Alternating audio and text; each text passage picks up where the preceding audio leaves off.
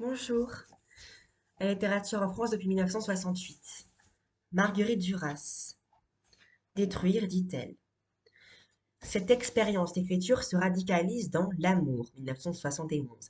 Les personnages n'ont plus de nom, les pronoms personnels passent d'une silhouette à l'autre, le lieu devient mythique, la plage, la digue, la prison, la ville. Duras simplifie jusqu'à l'épure une situation issue du ravissement de Lol V. Stein, 1964, et du vice-consul, 1966, qui en constituait comme la suite. Là réside sans doute une autre raison du succès de son œuvre. En reprenant non seulement les mêmes thèmes, mais aussi les mêmes personnages, les mêmes lieux, elle développe des cycles, cycle de l'Indochine depuis Barrage contre le Pacifique, 1950, jusqu'à l'Éden Cinéma, 1977, cycle de l'Inde, aux trois titres déjà indiqués, il faut ajouter La femme du Gange, 1973, India Song, Son nom de Venise dans Calcutta désert, 1976, dont chaque livre ou film prolonge, détruit, dépasse le livre ou film antérieur.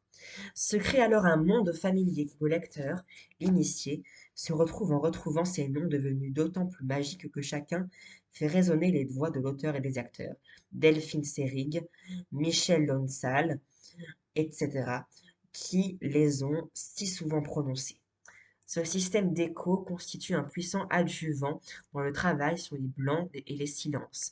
Le texte est à lui-même sa propre mémoire et chaque mot, déjà prononcé, déjà entendu, est porteur de tout l'univers durassien.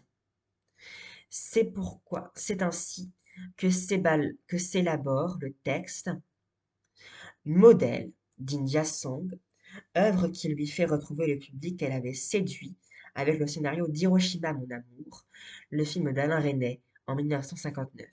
India Song, texte, théâtre, film, met en scène, pardon, précisément la mémoire de l'histoire, racontée autrement dans Le Vice-Consul, celle du désir impossible du vice-consul, chassé de Lahore pour Anne-Marie Streeter, entourée de Michael Richardson, qu'elle avait ravi à Lolvestein, et d'autres hommes, mais aussi l'histoire parallèle de la mendiante venue à pied à Calcutta depuis la lointaine Indochine, établissant ainsi un lien entre les deux grands cycles.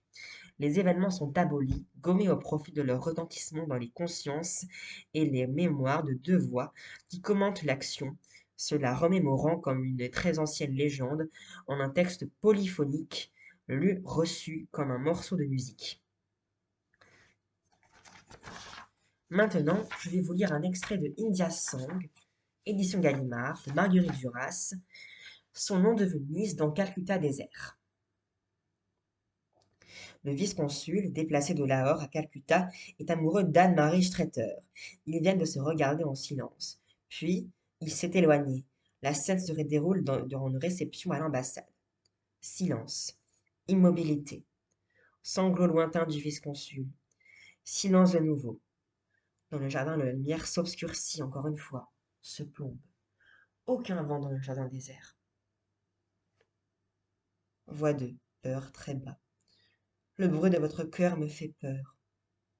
Confère, pas dans l'encadré. Silence. Encore un mouvement dans la masse immobile des trois corps endormis. Note, les trois corps, ceux d'Anne-Marie, de Michael Lamont et d'un deuxième homme, immobile près d'eux. Fin de note. C'est la main de Michael Richardson qui va vers le corps de la femme, le caresse et reste là, posé. Merci d'avoir écouté et on se retrouve plus tard. Au revoir.